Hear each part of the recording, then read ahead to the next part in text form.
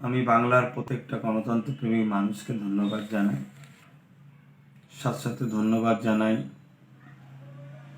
রাজ্যের তৃতীয়বার যিনি মুখ্যমন্ত্রী হয়েছেন মমতা ব্যানার্জিকে। মানুষের রায়কে ধন্যবাদ জানিয়ে মানুষ তেনাকে পছন্দ করেছেন। অতএব আমরা চেয়েছিলাম যে এমন একটা বাংলা, যে বাংলায় শিক্ষা, স্বাস্থ্য, কর্মসংস্থান, মানুষ হয়তো আমাদের উপরে বিশ্বাস না করে মমতা ব্যানার্জির উপর বিশ্বাস রেখেছেন, আস্থা রেখেছেন। তাই মানুষের বিশ্বাসকে আমরা ধন্যবাদ জানাই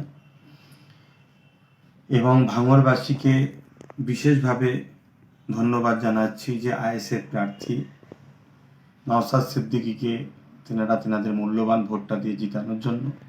পাশাপাশি সংযুক্ত মোর্চার প্রত্যেকটা প্রার্থীকে যে যেখানে যেভাবে ভোট দিয়েছেন প্রত্যেকটা ভোটারকে আমি ধন্যবাদ জানাচ্ছি। এর পাশাপাশি অত্যন্ত দুঃখের সাথে আমি যেটা বলতে চাইছি, ভোট পরবর্তী রাজ্যের বিভিন্ন জায়গায় যে হিংসা চলছে, হিংসাটা অত্যন্ত দুঃখজনক। গণতন্ত্রের উৎসবে মানুষ নেমেছিল, সেই উৎসবে হার জিত থাকবে। আমরা হেরেছি, টিএমসি জিতেছে। স্বাভাবিক, টিএমসি পার্টিকে মানুষ পছন্দ করেছে। তাই টিএমসি পার্টির প্রত্যেকটা কর্মীদেরকেও আমি ধন্যবাদ জানাচ্ছি যে আপনাদেরকে মানুষ পছন্দ করেছে। নিশ্চয়ই আপনাদের কর্মকাণ্ড তেনাদের ভালো লেগেছে, তাই আপনাদেরও ধন্যবাদ। কিন্তু ভোট পরবর্তীতে যে হিংসাটা চলছে এটা অত্যন্ত দুঃখজনক। গণতন্ত্রের উৎসবকে মানুষ আতঙ্কের উৎসবে পরিণত হয়ে যাচ্ছে। আজকে বিভিন্ন জায়গায় জিসিপি দিয়ে ঘর ভাঙা হচ্ছে এবং এই মারপিট হতে হতে দেগঙ্গার বিধানসভাতে কদমগাছিতে হাসানুজ্জামান বলে একজন আইএসএফ এর সমর্থক, তাকে অস্ত্র দিয়ে কুপিয়ে তাকে হত্যা করা হয়েছে নৃশংসভাবে। অত্যন্ত দুঃখজনক। এটা গণতন্ত্রের উৎসবের তার অংশগ্রহণ নেওয়ার জন্য তাকে আজকে মৃত্যুর করে চলে যেতে হলো। পাশাপাশি ভাঙড়ে নারায়ণপুর অঞ্চলে গাজী হাকিবুল মৃত্যুর সঙ্গে লড়ছে এই গণতন্ত্রের উৎসবে সে অংশগ্রহণ করেছিল বলে। এটা দুঃখজনক। তাই আমি প্রশাসনের দৃষ্টি আকর্ষণ করছি এবং তৃতীয়বারের মধ্যে আমার বাংলার যিনি নেত্রী হয়েছেন মমতা ব্যানার্জি, তেনার কাছেও আমি দৃষ্টি আকর্ষণ করছি যে যাতে বাংলা শান্তিভাবে থাকে এর সুব্যবস্থা করুন এবং প্রশাসন বন্ধুদেরকে বলবো রাজধর্ম পালন করুন। পাশাপাশি এই দুঃখ সময়, যে সময়তে একদিকে যেমন টিএমসি বন্ধুরা তেনারা আজকে জিতেছেন, আনন্দের বিষয়, অবশ্যই তেনাদের আনন্দকে আমি সাধুবাদ জানাচ্ছি।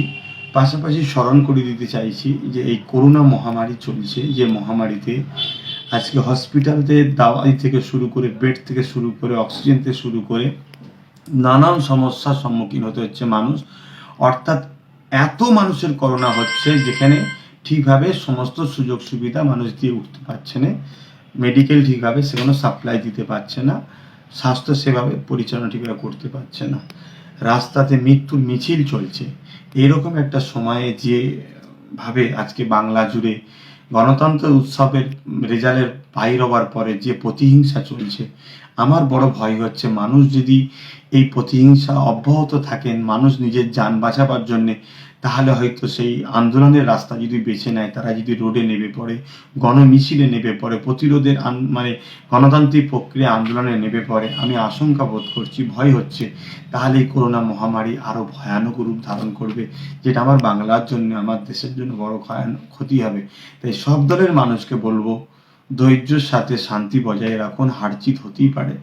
আপনারা জিতেছেন, আপনাদেরকে ধন্যবাদ জানাই। যারা হেরেছেন, গণতন্ত্রের মানুষের যে রায়, সেই রায়টাকে মাথা পেতে আপনাদেরও মেনে নেওয়া দরকার। তাই আপনারা উভয় শান্তিতে বসবাস করুন। সবাই তো আমরা দেশবাসী, সবাই তো আমরা পশ্চিমবাংলার নাগরিক, ভাই ভাই। একে অপরকে হিংসার সাথে মারপিট করা এটা গণতন্ত্রের উৎসবের বেখিলাফ। তাই আমি অনুরোধ করব আবার একবার প্রশাসন বন্ধুদের কাছে এবং রাজ্য সরকারের দৃষ্টি আকর্ষণ করব যে আপনাকে মানুষ বেছে নিয়েছে বাংলায় শান্তি বজায় রাখার জন্য। আপনার যেটা করা কর্তব্য সেটা আপনি করবেন, অবশ্যই করবেন আশা রাখছি। এবং প্রশাসন বন্ধুদের বলবো রাজধর্ম পালন করুন। সবাইকে আবার বলি শান্তি বজায় রাখুন, সবাই মিলেমিশে থাকুন।